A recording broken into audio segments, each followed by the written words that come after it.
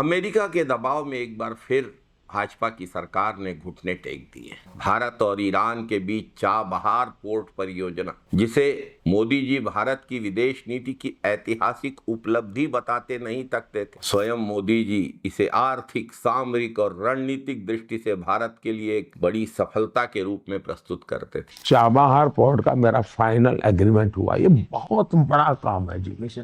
Central Asia से जुड़ा हुआ मेरा इकोनॉमी का बहुत बड़ा काम हुआ है। किसी तीसरे के आधार पर हम अपने निर्णय नहीं करेंगे। हम निर्णय हमारे लिए करेंगे। फलाने को बुरा लगेगा तो इससे बात करूंगा तो क्या हुआ? जी नहीं।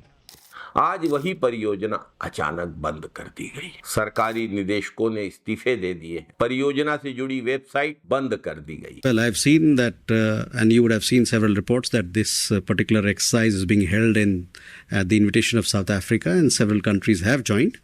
India has not joined because of several reasons. I don't have the exact, but for sure I will update you as to why we were not able to participate in this particular exercise this time. सबसे अहम सवाल, आखिर ऐसा क्या बदला है कि भारत को इस परियोजना से पीछे हटना पड़ा? चाबहार पोर्ट भारत के लिए केवल एक व्यापारिक परियोजना तो नहीं थी। यह पाकिस्तान को बाईपास कर अफगानिस्तान और मध्य एशिया तक सीधी पहुंच, चीन और पाकिस्तान के गठजोड़ के विरुद्ध एक रणनीतिक विकल्प थी और भविष्य में ऊर्जा सुरक्षा के लिए एक भरोसेमंद रास्ता था। भारत ने इस परियोजना में $120 मिलियन यानी 1100 करोड़ रुपयों का निवेश किया था। आज स्थिति यह है कि न वह निवेश सुरक्षित दिखता है और न ही वे राजनीतिक लाभ भारत को मिलते दिखते हैं, जिसका मोदी सरकार ने बड़े बड़े मंचों से दावा किया था। यह स्थिति तब और गंभीर हो जाती है जब इसके पीछे अमेरिका के दबाव की बात सामने आती है। यदि अमेरिका के दबाव की बात सही है तो यह केवल एक परियोजना की असफलता नहीं है, भारत की स्वतंत्र विदेश नीति पर गहरा आघात।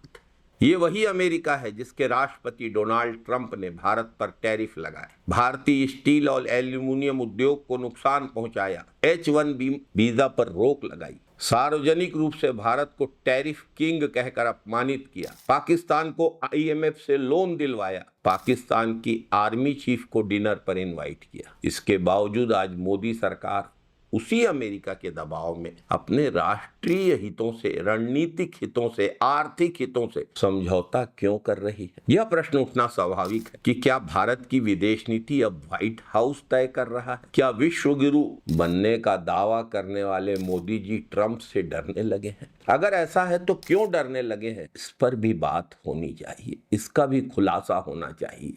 जिस भारत ने कभी 100 से अधिक गुटनिरपेक्ष देशों के आंदोलन का नेतृत्व किया, आज वही देश अपनी रणनीतिक फैसले अमेरिका के हिसाब से लेने के लिए क्यों विवश? यह मुद्दा राजनीति का नहीं, यह मुद्दा भारत की संप्रभुता का है, भारत के आत्मसम्मान का है, हम भारतीयों के स्वाभिमान का है, भारत के दीर्घकालीन राष्ट्रीय हितों का है। अमेरिका द्वारा डाले जा रहे दबाव के खिलाफ पूरा भारत एकजुट, लेकिन मोदी जी चुप। मोदी जी, आपको पंडित जवाहरलाल नेहरू और आयरन लेडी इंदिरा गांधी को याद करने और उनसे प्रेरणा लेने की जरूरत है। सोशल मीडिया पे शोर मचाकर, सोशल मीडिया पर शेर बनकर, सोशल मीडिया पे 56 इंच की छाती दिखाकर सरकार नहीं चलती।